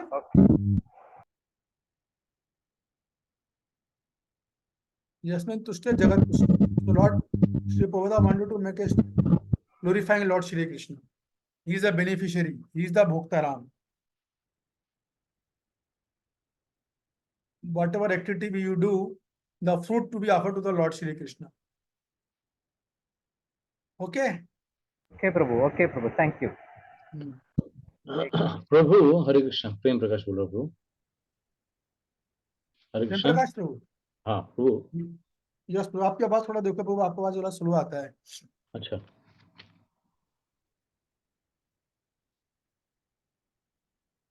प्रभु, अष्टांग योग के 3 लाभ क्या हो सकते हैं? अष्टांग योग के 3 लाभ। लाभ? हाँ। अष्टांग योग के 3 लाभ? 3 लाभ मतलब क्या है? अष्टांग योग का एक ही लाभ है। वैसे वो क्वेश्चन में है हमारे, अष्टांग योग के 3 लाभ बताइए। ओहो, अच्छा उसमें दिया गया है क्या? हाँ हाँ अष्टांग योग के 3 लाभ। अब वो हाँ तो मुझे क्वेश्चन देखने पड़ा भाई, किस सेंस में बोला गया है। हाँ। मगर वो अगर सेटल वे में पूछा गया है तो आप देखो, ये इसका उत्तर मैं दूंगा, कुछ लोग कंफ्यूज मत होना। हाँ, वो मैं बताने वाला था वैसे भी आगने वाले चैप्टर में, आपने भी पूछ लिया कि हाँ। अष्टांग योग में जनरली साधक कहाँ पर जाता है, उसका साध्य क्या है, कहाँ जाता है श्री हरि प्रभु? परमात्मा प्राप्ति के लिए। हाँ, तो ये एक लाभ हो गया। ठीक है। हम्म, दूसरी बात, ओके। हम लोग ये सोचते हैं, हमको ये पता है कि अष्टांग योगी परमात्मा में ही जाता है, तो वो जाता है तो सही है, लेकिन कुछ अष्टांग योगी ब्रह्म में भी जाते हैं। वो कैसे, वो आएगा तो मैं बताऊंगा। ठीक है। जैसे मान लो प्रभुपाद जी ने पुस्तक लिखी है अन्य ग्रहों की सुगम यात्रा, हाँ हाँ उसमें चित्र बना अष्टांग योग करने वाले का, और दिख रहा है ओके कि आत्मा निकल के जा रही है। ओके। तो उस योगी की कहानी है जो ब्रह्म में जाके मिलने वाला है। मैंने कहा ना, ये बड़ा कंफ्यूजन नहीं होना चाहिए इसमें। कुछ उसमें भी जाते हैं, वो जा सकते हैं, क्यों नहीं जा सकते। और कुछ अष्टांग योगी भगवत प्राप्ति भी कर सकते हैं। वो कैसे, उसको समझ लीजिए। देखिए, भगवत प्राप्ति कोई भी योगी कर सकता है। कोई योगी अष्टांग योग कर रहा है, वो किसी भक्त से मिल लिया, भक्त मतलब शुद्ध भक्त, हम जैसा भक्त नहीं, तो बोलेगा अरे तुम ये क्या काम कर रहे हो, परमात्मा की प्राप्ति कर रहे हो, अरे इससे बढ़िया चीज है। वो उसे भगवान के गुण सुनाएगा, भगवान के रूप सुनाएगा, भगवान की लीला सुनाएगा। तो ये क्या कर रहे हो तुम, तो सच्ची चीज में जाओ, तुम बेकुट लोग पे जाओगे और हम तो तुम्हें वहां लेके जाएंगे। अपना ये क्या बोलते हैं, गोलोक धाम वृंदावन। तो शुद्ध भक्त की कृपा से वो वहां से भक्ति प्राप्त कर लेगा, तो वहां पर ही प्राप्ति कर सकता है। तो अष्टांग योगी तीनों प्राप्त कर सकता है, बट इन जनरल मैक्सिमम आप ये कहो कि अधिक से अधिक अष्टांग योगी परमात्मा प्राप्ति करते हैं। तो इसलिए हम लोग ऐसा बोलते हैं कि ऐसा बोला था कि परमात्मा प्राप्ति करता है। तो ये हो सकता है एग्जैक्ट आंसर नहीं भी हो, क्योंकि मुझे क्वेश्चन शीट देखनी पड़ेगी वो कहाँ से बोली, किस सेंस में दी गई है, बट ऐसी मेरी समझावट है। ठीक है प्रेम प्रकाश प्रभु। Okay okay. और उसका एक उत्तर एक और भी हो सकता है। हाँ। हो सकता है जो प्रभु जी, क्वेश्चन। हाँ हरे कृष्ण प्रभु जी, प्रभु जी, हैंड रेस इसका करो, जो है, हैंड रेस करके बोलिए, हैंड रेस करके बोलिए। मैंने आप लोग को बार बार बोला। यस सचिनंदन प्रभु बोलिए। इसका आंसर जो है 27-28 नंबर श्लोक का सेकंड पैराग्राफ में लास्ट सेंटेंस में है। कौन सा नंबर श्लोक? 27-28। 27-28 नंबर। एक मिनट मुझे जाने दीजिए। 27 से ऊपर वाला ये। हाँ बोलिए। वो लास्ट सेंटेंस में है। तात्पर्य की बात कर रहे हैं, तात्पर्य की? हाँ, मैं तात्पर्य बोलता हूँ। ये तात्पर्य सेकंड पैराग्राफ का लास्ट सेंटेंस। सेकंड पैराग्राफ का लास्ट। पढ़िए, आप पढ़ के बोलिए। ऐसे योगाभ्यास से मनुष्य अपनी इंद्रियों के ऊपर नियंत्रण प्राप्त करता है, एक हो गया। हाँ दूसरा, बाह्य इंद्रिय विषयों से दूर रहता है। हाँ। तीसरा, अपनी मुक्ति की तैयारी करता है। ओके, फिर वही तो 3 लाभ है। है। वही तो 3 लाभ जो बताया अष्टांग योग का। ऐसा योग अभ्यास से मनुष्य अपने इंद्रियों के ऊपर नियंत्रण प्राप्त करता है। अच्छा, वही मैंने, ये तात्पर्य से लिया गया क्वेश्चन है क्या आप लोगों का? हाँ ओहो, तो फिर तो आपको बोलना चाहिए ना तात्पर्य से है। ओके, अभी समझा। हाँ, तो तात्पर्य में उत्तर लिखे हुए हैं। हाँ, तो फिर तो हो सकता है ये आंसर हो। तो आपको जो क्वेश्चन दिएगा उसमें तात्पर्य भी दिया गया होगा फिर तो। हम्म, दिया है। हाँ दिया है ना। हाँ, तो फिर क्या है, फिर तो सिंपल है, बच्चों का काम है वो तो। हाँ, तो हो सकता हो, मैंने तो पढ़ा नहीं क्वेश्चन, इसलिए मैंने बोला था। वो तो आपको क्वेश्चन भी दे दिया गया और उत्तर भी बताया गया कहाँ है, तो तात्पर्य पढ़ोगे तो निकलेगा। तो हो सकता है ये हो। वो योगाभ्यास से मनुष्य अपनी इंद्रियों के ऊपर नियंत्रण प्राप्त करता है, बाह्य इंद्रियों को दूर रखता है और मुक्ति की तैयारी करता है। हो सकता हो। हालांकि क्वेश्चन बिल्कुल बहुत, मैं कहेंगे बच्चों जैसा क्वेश्चन है। हाँ, उत्तर भी है सही। एक्चुअली ये लाभ है नहीं, वैसे आप जो बोल रहे हो ना, उसके नीचे देखिए क्या लिखा है। इस योग विधि से मनुष्य समस्त प्रकार के भय तथा क्रोध से रहित हो जाता है। ये लाभ है एक्चुअली में। और परमात्मा की उपस्थिति अनुभव करता है। प्रेम प्रकाश प्रभु, ये उसका उत्तर है, होना चाहिए। ओके, हाँ मिल गया। भय से मुक्त होगा, क्रोध से मुक्त होगा और परमात्मा की उपस्थिति प्राप्त होगी। ठीक है। यह सचिनंदन प्रभु। ठीक है। ठीक है ना, ये उसका उत्तर है एक्चुअली, क्योंकि आप जो बता रहे हो ना कि योगाभ्यास से मनुष्य हाँ अपने इंद्रियों के ऊपर नियंत्रण प्राप्त करेगा, भान दूर रहेगा और मुक्ति तैयारी करता है, ये लाभ इसलिए नहीं है क्योंकि यहाँ पर ये उसके साधन की बात हो रही है। समझ रहे हो ना बात को आप। तो साधन में बता रहा है भाई, वो एक ही बात है, वो नियंत्रण करे या इंद्रियों को दूर रखेगा, नियंत्रण करे, एक ही बात है वो। अलग एक ही बात को दो अलग तरीके से कहा जा रहा है। और मुक्ति की तैयारी करता है, लेकिन ये तो प्रोसेस बताया, साधन है ये। लाभ पूछ रहे हो प्रेम प्रकाश में, लाभ नीचे आएगा। भय से मुक्ति, क्रोध से मुक्ति, परमात्मा की उपस्थिति। ठीक है ना, ऐसा मैं समझावट, मेरी समझावट है। मैंने तो फिर पूरा देखना पड़ेगा अंदर question. Yes, Rajesh Kiran Prabhu. Prabhu, Hare Krishna. Yes Prabhu. That what is this Sachinandan said, the three benefits of Ashtanga Yoga. Can you tell me? Yes, I'll tell you in English. Three benefits of Ashtanga Yoga is, the first is one is completely free from the fear. Fear, okay. Second is free from the anger. Anger, okay. And third, he realized the form of Paramatma within. Okay. That is the thing. But लेकिन आप उससे question मत पूछो अभी यहाँ पर, ठीक है ना। वो तो प्रेम प्रकाश ने पूछा तो मैंने बता दिया, क्योंकि वो तो सिंपल है प्रभु। सब तात्पर्य खोलोगे आप, तात्पर्य पढ़ोगे ना, पूरा गाइडलाइन दी हुई है, तो उसमें आराम से पढ़ सकते हो, निकाल सकते हो। Okay, Prabhu, thank you. तो ठीक है, अब हम आगे चले। सचिनंदन प्रभु, कितना बज गया? 2:30 बज गया है। आगे चलें, क्या करें आप लोग बताइए। कितने लोग बोल रहे हैं आगे चलें? हैंड राइज कीजिए। छठा अध्याय चालू करें। विवेक प्रभु अकेले हैं, 2 अखिलेश प्रभु, 7, 2, 9 लोग हो गए। अरे बहुत बड़ा हो गया भाई।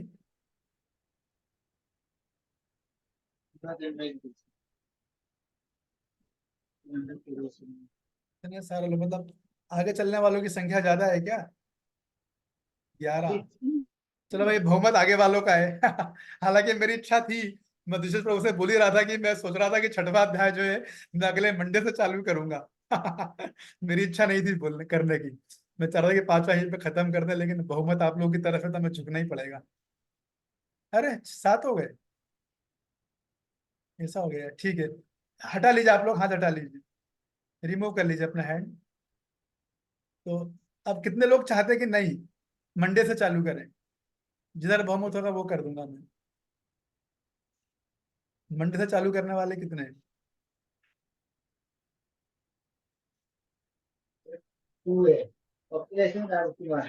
हैं? चलो भैया, बहुमत की जय हो, बहुमत आप लोगों की तरफ है। ठीक है, तो हम एक एक श्लोक कवर कर लेंगे, 3 बजे एंड कर देंगे। चलो, आज बहुत थका हुआ हूँ, तो मैं सोच रहा था कि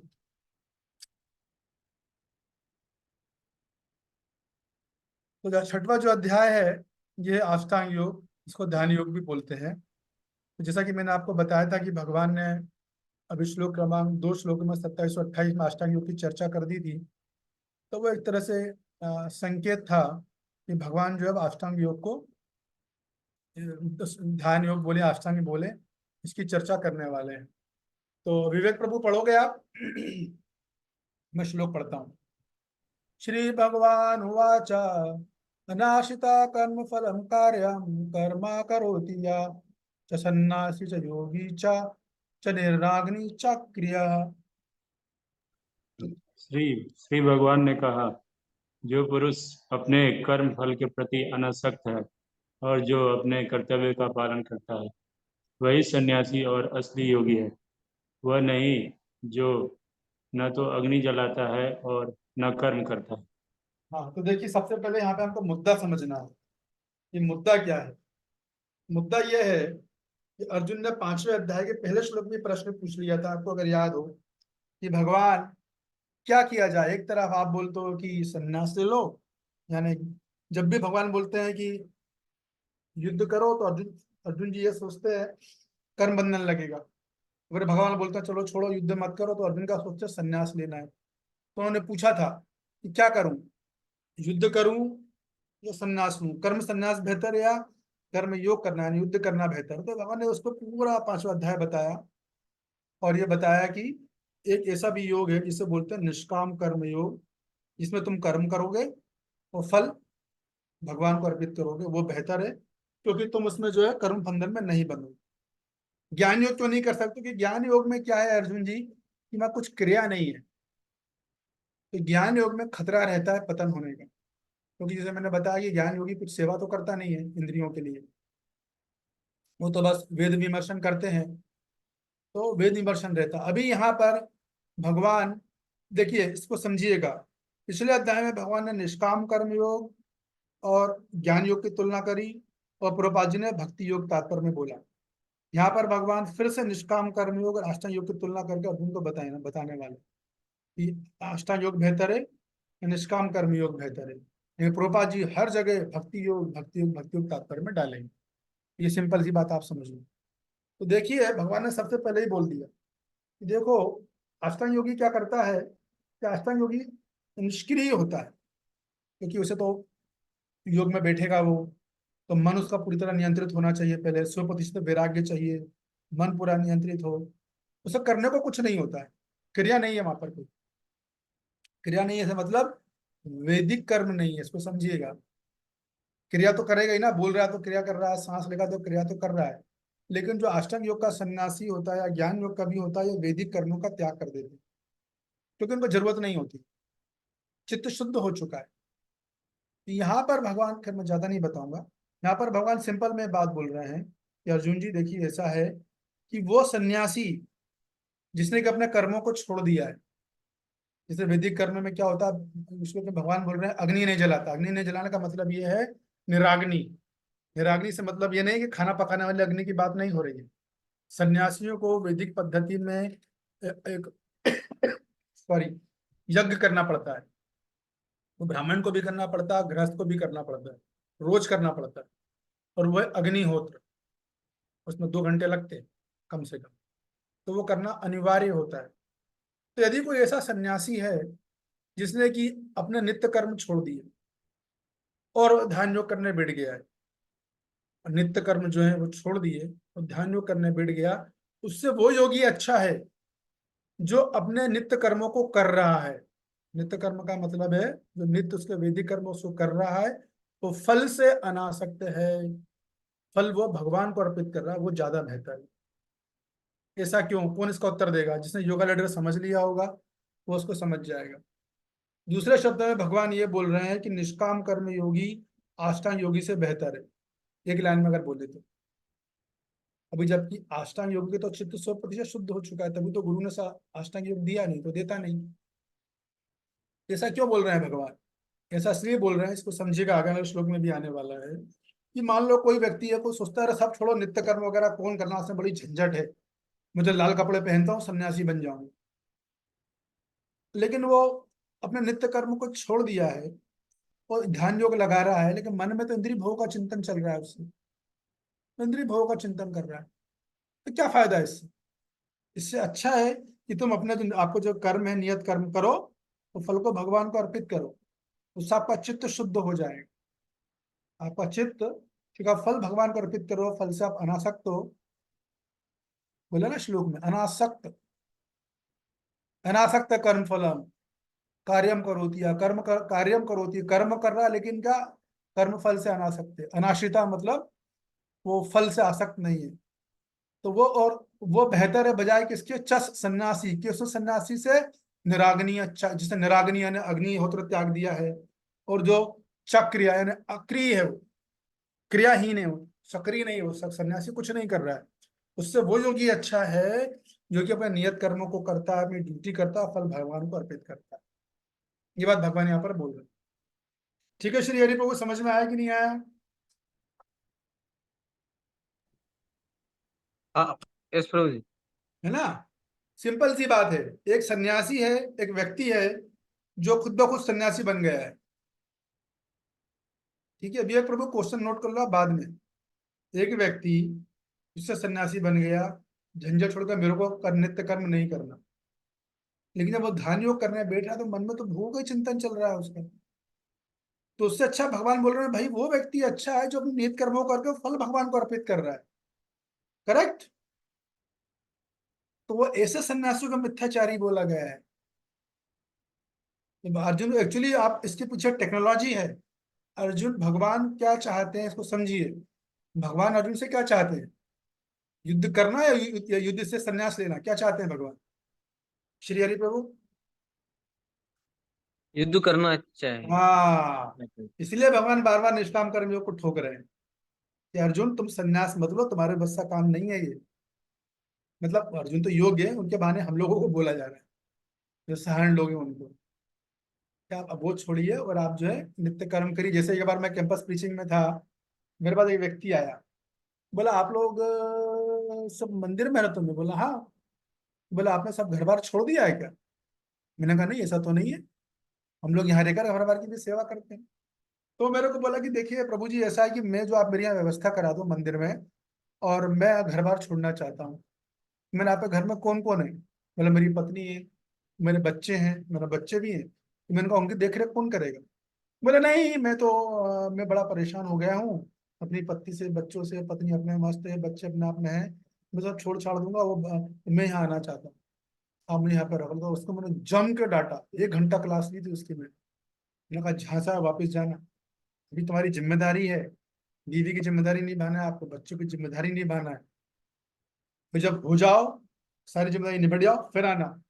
तब तक आप वहां रहकर भक्ति करना सीखो, मंदिर में जाओ, किसी भक्त के संपर्क में आओ, उससे सीखो, किसी गृहस्थ भक्त के संपर्क में आओ। हमारे अपने गृहस्थ भक्त हैं जो आपको जिनसे प्रेरणा मिले, उनके पास जाइए, उनसे सीखिए। तो वो व्यक्ति क्यों, उसकी क्या सोच थी कि घर अपने सारे ड्यूटी छोड़ दूं तो संन्यास ले लूं, वो इस मूड में आया था। ये गलत है। भगवान ये बोल रहे हैं कि निष्काम कर्म योगी वो अच्छा है जो अपनी ड्यूटी को करके फल भगवान को अर्पित करो, उसमें शुद्धिकरण तेजी से हो जाएगा। ये पॉइंट है। इसी बात को भगवान बार बार बोलेंगे, क्योंकि भगवान को अर्जुन कृष्ण से युद्ध करवाना, ये बात। आइए मान लीजिए कोई चित्त शुद्ध नहीं हुआ उसका, वो सन्यास लेने चला भी गया, आंख बंद करेगा, नाक बंद करेगा, होगा क्या उससे? दिमाग में तो वही घूम रहा है ना उसके, इंद्रिय भोग की चिंता घूमेगी।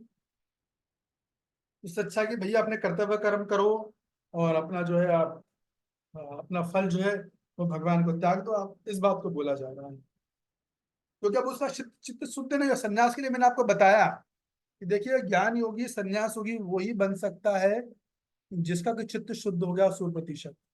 पहली क्वालिफिकेशन ही यही है। नहीं तो आपको गुरुजी मना कर देंगे, बोलेंगे वापिस जाइए, निष्काम कर्म योग कीजिए। क्या नहीं देखा, ज्यादा नहीं बताना। चलिए परपट पढ़िए। संतो जी, इस अध्याय में भगवान बताते हैं कि अष्टांग योग पद्धति मन तथा इंद्रियों को वश में करने का साधन है, किंतु इस कलयुग में सामान्य जनता के लिए इसे संपन्न कर पाना अत्यंत कठिन है। यद्यपि इस अध्याय में अष्टांग योग पद्धति की संस्तुति की गई, किंतु भगवान बल देते हैं कि कर्म योग या कृष्ण भावनामृत में कर्म करना इससे श्रेष्ठ है। ये देखिए, इस संसार में बस रुकिए रुकिए रुकिए, देखिए मैं आपको यही बताना चाह रहा हूँ। भगवान बोल रहे हैं अष्टांग योग, और प्रभुपाद जी भी इस बात को बोल रहे हैं कि भगवान बताते हैं अष्टांग योग। ये प्रभुपाद जी तात्पर्य में क्या दे रहे हैं? भक्ति योग। किंतु भगवान बल देते हैं कि कर्म योग, कर्म योग माने भक्ति योग, कृष्ण भावनात्मक कर्म करना श्रेष्ठ है।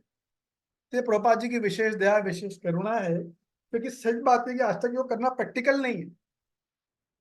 एक बार मैं ट्रेन में जा रहा था, तो समहाउ मेरे सामने एक अष्टांग योगी बैठे हुए थे, मैं अपना नाम माला का जप कर रहा था, उनसे वार्तालाप चल गया मेरा। तो जनरली ये इंप्रेशन है कि इस्कॉन वाले जो हैं वो तो ज्यादा कुछ जानते नहीं है, वो तो बस केवल भक्ति के बारे में जानते हैं, कृष्ण सबसे बड़े भगवान है, उनसे पूछो कैसे तो वो भी नहीं बता पाते हैं। तो हमारा वार्तालाप हुआ, तो मैंने जब अष्टांग योग की बात छिड़ी, बोले आप जानते हो? तो मैंने कहा कुछ तो जानता हूँ, जब कुछ बताइए चर्चा हो। जब मैंने बताना चालू किया अष्टांग योग के बारे में, धंगरे का बोले प्रभु जी आपको इतना डीप में पता है, यम क्या है, नियम क्या, आसन क्या, पूरा एग्जैक्ट तक उसको मैंने बताया, 1.5 घंटा लगा।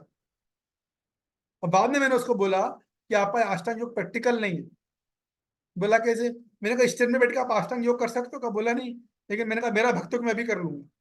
तो मैंने उठ के माला जाप करना चालू कर दिया। तो प्रभुपाद जी इस बात को बताते हैं कि देखिए अष्टांग योग प्रैक्टिकल नहीं है, जंगल ही नहीं है, पहली बात जाओगे कहाँ? कहाँ है जंगल, किधर ढूंढोगे? चलो जंगल मिल भी गया भूले भटके, तो कलयुग का माहौल ऐसा है, कलयुग में जो भोजन आप खा रहे हो वो पूरा केमिकल वाला है, कलयुग में जो शब्द आप चारों तरफ सुन रहे हो वो पूरे प्रदूषित हैं, तो मन तो बहुत विचलित रहता है, कहाँ मन को लगा पाओगे? मुश्किल है बहुत। इसलिए सबसे बढ़िया भक्ति योग करो। क्यों? कि भक्ति योग में मन नियंत्रित तो बाद में, पहले आप इंद्रियों को भगवान की सेवा में लगा। जब इंद्रिया भगवान की सेवा में लग गई तो मन को लगाना आसान हो जाता है। पढ़िए आगे विवेक प्रभु। हाँ प्रभु जी। इस संसार में प्रत्येक मनुष्य अपने परिवार के पालनार्थ तथा अपनी सामग्री के रक्षार्थ कर्म करता है, किंतु कोई भी मनुष्य बिना किसी स्वार्थ, किसी व्यक्तिगत तृप्ति के, चाहे वो तृप्ति आत्मकेंद्रित हो या व्यापक, कर्म नहीं करता। पूर्णता की कसौटी है। कृष्ण भावनामृत में कर्म करना कर्म के फलों का भोग करने के उद्देश्य से नहीं। कृष्ण भावनामृत में कर्म करना प्रत्येक व्यक्ति का कर्तव्य है, क्योंकि सभी लोग परमेश्वर के अंश हैं। शरीर के अंग पूरे रुक जाइए रुक जाइए, तो देखिए अब आपको समझिए। प्रभुपाद जी सबसे पहले क्या बोला? अष्टांग योग को उड़ाया। प्रभुपाद जी ने बोला कठिन है, भक्ति योग करना चाहिए, कृष्ण भावना योग करना चाहिए। फिर भगवान ने तुरंत वो ले लिया, प्रभुपाद जी ने व्यतिरेका ले लिया। व्यतिरेका मतलब विपरीत डायरेक्शन में गए, मतलब प्रभुपाद जी सीधे भौतिकवादियों की बात कर रहे हैं कि संसार में जो लोग हैं वो तो जो भी काम करते हैं केवल अपने निजी स्वार्थ के लिए करते हैं। यदि वो किसी का हित कर भी रहे तथाकथित हित, तो इसलिए कर रहे हैं क्योंकि उनमें उनका हित है। और वो जितने भी काम करते हैं सब केवल अपने इंद्रिय सुख के लिए करते हैं, अपनी आत्म तृप्ति के लिए करते हैं। किंतु कृष्ण भक्त ऐसा नहीं होता है। कृष्ण भक्त क्या करता है? आत्मेंद्रिय पृथ्वी वांछा, कौन बोलेगा वाला श्लोक, किसको पता है? सचिनंदन प्रभु, चेतन चरितामृत का श्लोक।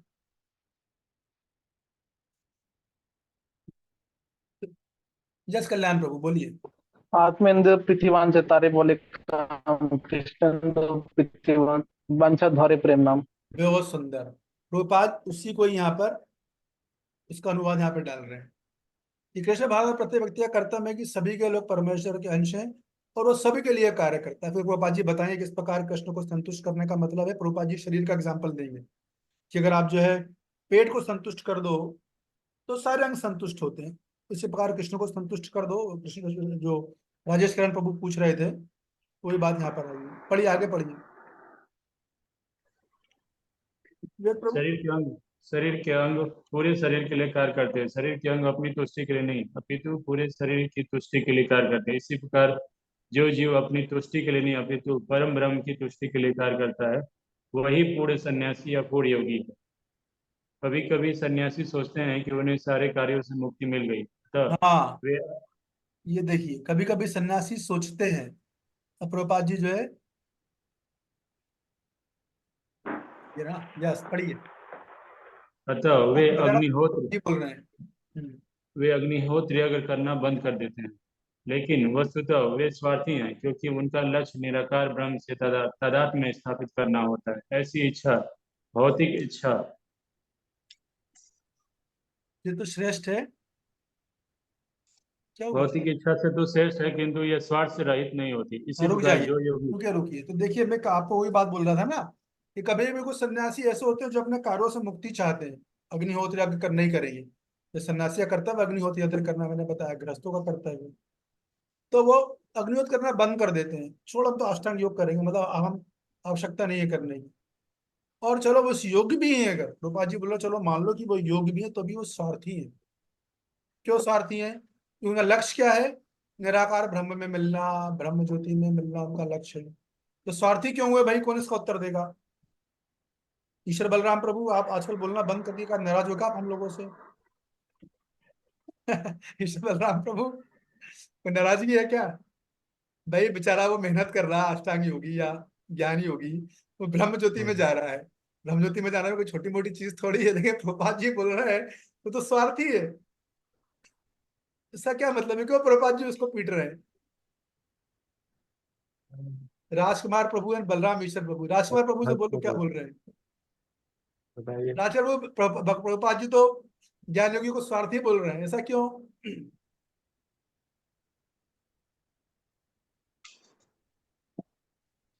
अखिलेश प्रभु बताइए, बताएंगे। गुरुजी वो केवल अपने बारे में सोचता है वो, एग्जैक्टली। और डिवोटी है ना तो सबके बारे में सोचते हैं, सबका कल्याण। हम लोग किससे अनुयायी? हम लोग प्रहलाद महाराज के फॉलोअर हैं। यस प्रभुपाद जी बोलते हैं ना, we are the follower of Prahlad Maharaj. वो अपने हित की सोच रहा है बस, दूसरों की चिंता नहीं है। तो उस दृष्टि से अगर देखें तो वो स्वार्थी है। अगर भक्ति से आप तुलना करोगे, भक्ति बोलता है भैया सब भगवत धाम जाए, मेरी तो बाद में, तो दूसरे लोग भगवत धाम जाए, इसलिए बोल रहे हैं स्वार्थी है। आगे पढ़िए, देख लो जल्दी से प्रपट खत्म इसी कीजिए। प्रकार जो योगी समस्त कर्म बंद करके अर्धनिमीलित नेत्रों से योगाभ्यास करता है, वो भी आत्मतुष्टि की इच्छा से पूरित होता है। किंतु कृष्ण भावना भावित व्यक्ति बिना किसी स्वार्थ के पूर्ण ब्रह्म की तुष्टि के लिए कर्म करता है। कृष्ण भावना भावित व्यक्ति को कभी भी आत्मतुष्टि की इच्छा नहीं रहती, उसका एकमात्र लक्ष्य कृष्ण को प्रसन्न करना रहता है। अतः वह पूर्ण सन्यासी या पूर्ण योगी होता है। त्याग के सर्वोच्च प्रतीक भगवान चैतन्य प्रार्थना करते हैं, न धनम न जन्म न सुंदरीम कविताम व जगदीश कामये मम जन्मनि जन्मनेश्वरे भवताद भक्ति अहेतुकी त्वयि।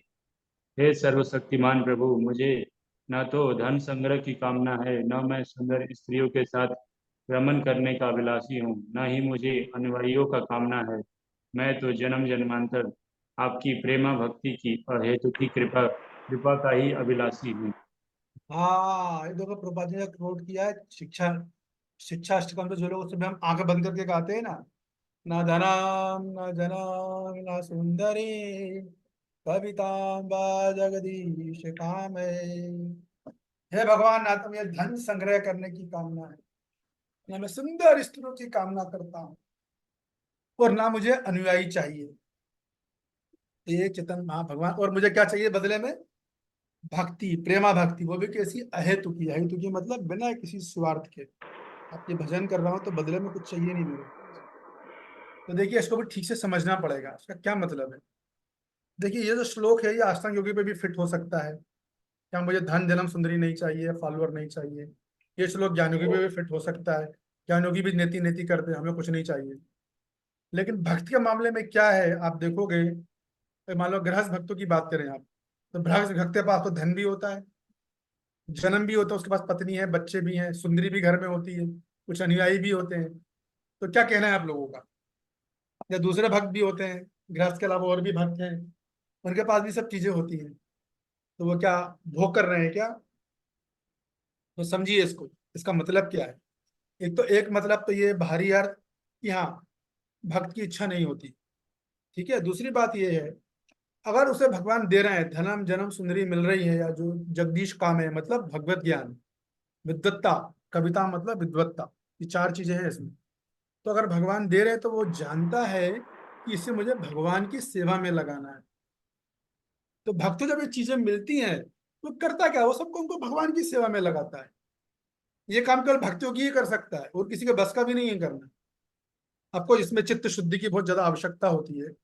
लेकिन सिद्धांत अगर हम बात करें तो भक्त जो चीजें मिलती हैं उसको वो लगाता है, वो जानता है मेरे लिए नहीं, सब भगवान की सेवा में। तो ये समझना चाहिए इन चीजों को, कि जो भी चीज है मेरे पास नहीं है, सब भगवान की है। मैं तो कल एक क्या बोलते हैं उसको, जैसे मान लो प्रभुपाद जी उदाहरण देते हैं, आप बैंक में जाओगे ना, तो बैंक में कैशियर बैठा होता है, तो बैंक में कैशियर पर डे लाखों रुपए गिनता है। तो वो जानता है कि मैं, मेरे को ये लाखों रुपए मेरे हैं? नहीं है। वो जिसकी जिस अकाउंट में तो वो डाल देता है, उसको जो सरकार दे रही है वो उसका है, बस बाकी लाखों रुपए दूसरे लोगों के हैं।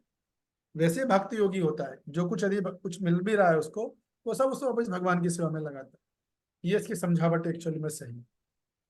ना धनम ना जनम ना सुंदरीम कविताम। तो इसको हमें इस बात को इस तरह से समझना चाहिए।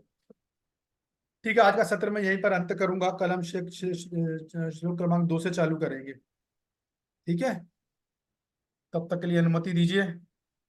आप लोग का बहुत बहुत धन्यवाद। Thank you very much. Vivek Prabhu, आपके प्रश्न समाप्त नहीं होते भाई, बोलो पूछो। प्रभु जी, अग्नि जो बोल रहे थे ना, अग्निहोत्र, हाँ हाँ, ये यज्ञ करना, तो ये मतलब नहीं समझ में आया, ये क्या है अग्निहोत्र यज्ञ? देखिए क्या होता है, जो वर्ण व्यवस्था होती है ना, वैदिक वर्ण व्यवस्था बोलते हैं उसको, तो उसमें क्या होता है, शूद्र को छोड़ के ब्राह्मण क्षत्रिय वैश्य ये जो 4 आश्रम है, इन लोगों को नित्य नित्य प्रति पर डे, खास तौर से गृहस्थ ब्राह्मण और सन्यासी, ये 3 मेन होते हैं। इनको नित्य प्रति अग्नि यज्ञ जला के उसमें हवन डालना पड़ता है। इसको बोलते हैं अग्निहोत्र। अग्नि को प्रज्वलित करना पड़ता है।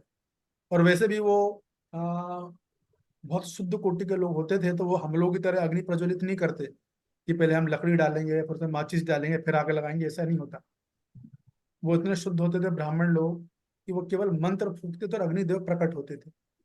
जैसे आप जाओगे वृंदावन में मंदिर है ना, राधा रमण मंदिर, वहां पर जो अग्नि लगी है, आज से 400-500 वर्ष पहले लगी थी, वही अग्नि आज तक लगी हुई है।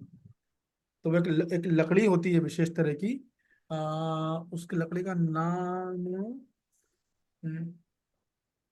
यार भूल रहा हूँ। लकड़ी होती है, उसको क्या करता है, घर्षण किया जाता है उससे अग्नि, और उससे पहले मंत्रों का जाप किया जाता है, फिर वो अग्नि को घर्षण घर्षण किया जाता है, फिर वो अग्नि उत्पन्न होती है। जो गोपाल भट्ट गोस्वामी थे, उन्होंने यही किया था। अग्निदेव प्रकट हुए थे और उन्होंने अग्निदेव से प्रार्थना करी थी कि आप कृपया करके यहाँ पर हमेशा रहिए जब तक कि राधा रमन जी विराजमान है। आज तक वो अग्नि जल रही है, कभी अग्नि बुझी नहीं है वो आपके वृंदावन राधा रमन मंदिर में। तो अग्निहोत्र का एक अग्नि यज्ञ होता है, हवन होता है वो, जिसमें अग्निदेव को प्रकट किया था, अग्निदेव का आह्वान किया जाता है। तो वो प्रतिदिन करना अनिवार्य होता है, उसे बोलते हैं नित्य कर्म। अब आप ज्यादा अंदर नहीं लेके आऊंगा, वैदिक समस्या में 4 तरह के कर्म होते हैं, नित्य कर्म, नैमित्तिक कर्म और प्रायश्चित कर्म। इस तरह से 4 कर्म होते हैं। तो ये जो आता है नित्य कर्म में आता है, तो ये करना पड़ता है। तो कभी कभी लोग क्या सोचते हैं, जब नित्य कर्म करना थोड़ा परेशान हो गए, कौन 2-2.5 घंटे बैठेगा रोज, उसमें बड़ी शुद्धता का ध्यान भी रखना पड़ता है, समय की पाबंदी होती है, बहुत कुछ होता है उसमें, मंत्रों का उच्चारण अच्छे से आना चाहिए। तो चलो छोड़ो छोड़ो छोड़ो, अपना जंगल में जाके बैठेंगे। तो भगवान बोल रहे हैं उससे अच्छा है कि युद्ध अपना नित्य कर्म करो और फल भगवान करते करो। तो ये बात थी। ठीक है, तो जी, तो यही समझे ना कि जो हम नित्य कर्म करते हैं उसको हम अग्निहोत्र समझ सकते हैं। नहीं, नित्य कर्म में कुछ चीजें आती हैं, जैसे कि संध्या वंदन करना एक आता है, उसमें एक अग्निहोत्र भी आता है। तो नित्य कर्म में 3-4 विभाग हैं जो इन लोगों को रोज करने पड़ते हैं। तो अग्निहोत्र आप ऐसे समझो, अग्नि अग्नि प्रज्वलित करना, यज्ञ करके अग्नि प्रज्वलित करना। हवन, मंदिर में आप हवन नहीं देखते हो, जब दीक्षा होती तो हवन नहीं होता, मंदिर में देखा जी होगा ना प्रभु जी। आपने। तो वो है, वो जी जी। रोज करना पड़ता है, नित्य कर्म में आता है। ठीक है, ठीक है प्रभु जी, थैंक यू। जी। हवन समझ, चालू भाषा समझो हवन करना, उसको बोलते हैं अग्निहोत्र।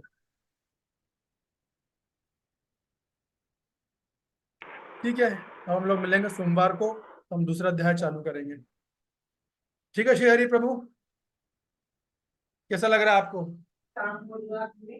पढ़ने में? पढ़ाई का मेथड कुछ ठीक लग रहा है कि नहीं लग रहा, बहुत टफ लग रहा है या ठीक है? इजी लगा, निष्काम कर्म वो अष्टांग योग से अच्छा अच्छा बोला ना, वो अच्छा लगा। अच्छा लगा, ओके। अरे सोमनाथ प्रभु भी आए हुए, सोमनाथ प्रभु की जय हो। सुन रहे नहीं सुन रहे? अच्छा आ गए सोमनाथ प्रभु। कुछ खा भी रहे हैं बैठे बैठे। वो सुन भी नहीं रहे होंगे शायद। महाराज जी, सोमनाथ प्रभु आप कौन सा योगा कर रहे हो, प्रसाद योगा कर रहे हो क्या? कौन सा योगा चल रहा है आपका? प्रसाद योगा चल रहा है? भक्ति योगा का यही फायदा है। चलो ठीक है, मिलते हैं फिर बाबू। बहुत बहुत धन्यवाद आप लोग का, थैंक यू वेरी मच। सोमवार को मिलेंगे। हरे कृष्णा। हरे कृष्ण कृष्ण। हरे कृष्ण। हरे कृष्ण। अरे मेरा खाता भी ठीक है। हरे कृष्ण। ठीक है, मैं एंड करता हूँ, आप लोग प्रसाद लीजिए।